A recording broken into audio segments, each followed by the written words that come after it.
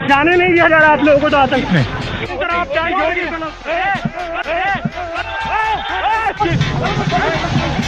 ये देखो आज का हिंदुस्तान, ये देखो मेरे साथ चलो आप।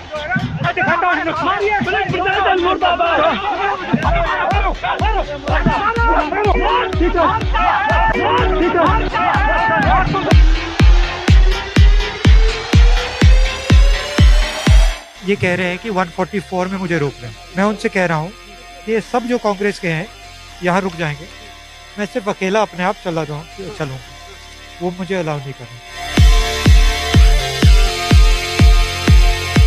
राहुल गांधी अब नेता बन गए हैं। वजह आपको अपनी स्क्रीन पर नजर आ रही होगी, जिसमें वो गिरे हुए दिख रहे हैं।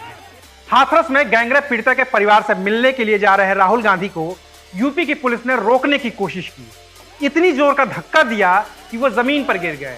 इसके बाद राहुल उठे, हाथरस की ओर बढ़ने की कोशिश की और फिर पुलिस ने उन्हें गिरफ्तार कर लिया। उनके साथ प्रियंका गांधी वाड्रा भी थी। यही लोकतंत्र की ताकत है, जिसमें विपक्ष का नेता जमीन पर उतरकर सत्ता पक्ष की आंख में आंख मिलाकर सवाल करता है, जमीन पर गिरता है, उठता है और फिर चल देता है। राहुल और प्रियंका इस वक्त यही कर रहे हैं और इसी वजह से राहुल और प्रियंका दोनों ही बीजेपी की आंख में और ज्यादा चुभने लगे हैं।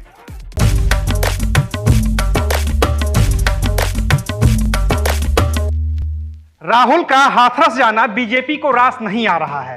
तभी तो योगी सरकार के कैबिनेट मंत्री सिद्धार्थनाथ सिंह कह रहे हैं कि राहुल राजस्थान क्यों नहीं जाते।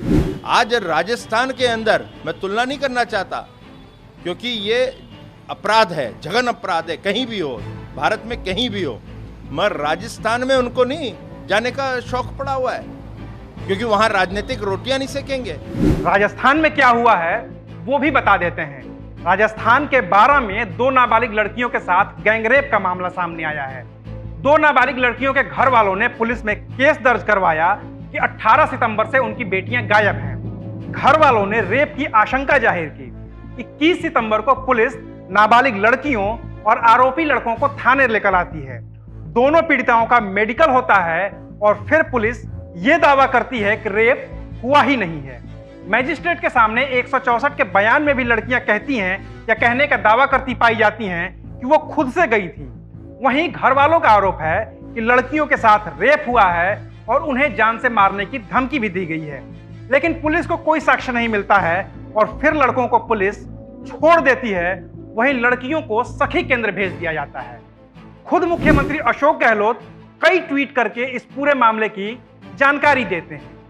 यही वो केस है जिसके जरिए यूपी के कैबिनेट मंत्री सिद्धार्थनाथ सिंह राहुल गांधी को राजस्थान जाने की सलाह दे रहे हैं। चलिए एक बार को मान लेते हैं, या मानना क्या है, तय ही कर लेते हैं कि राजस्थान की पुलिस झूठ बोल रही है।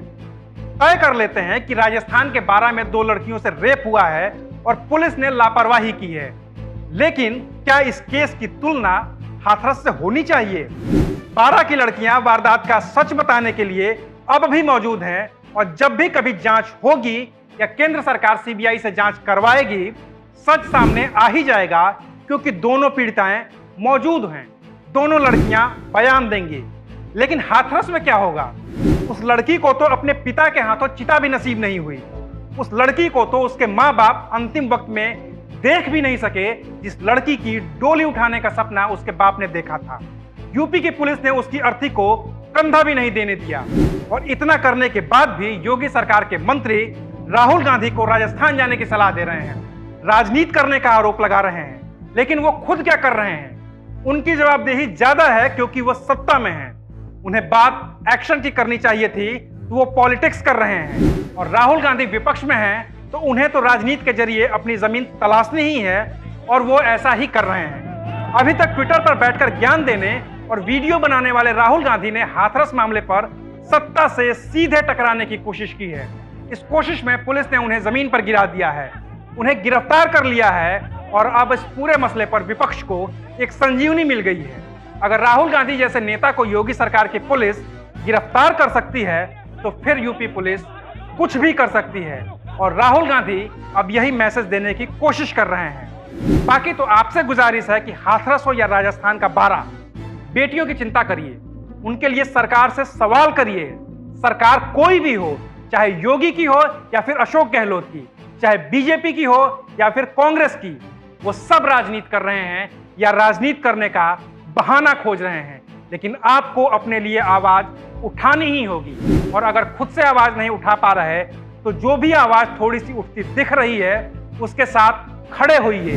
आपको खुद के लिए खड़ा होना होगा और कोई नहीं आएगा।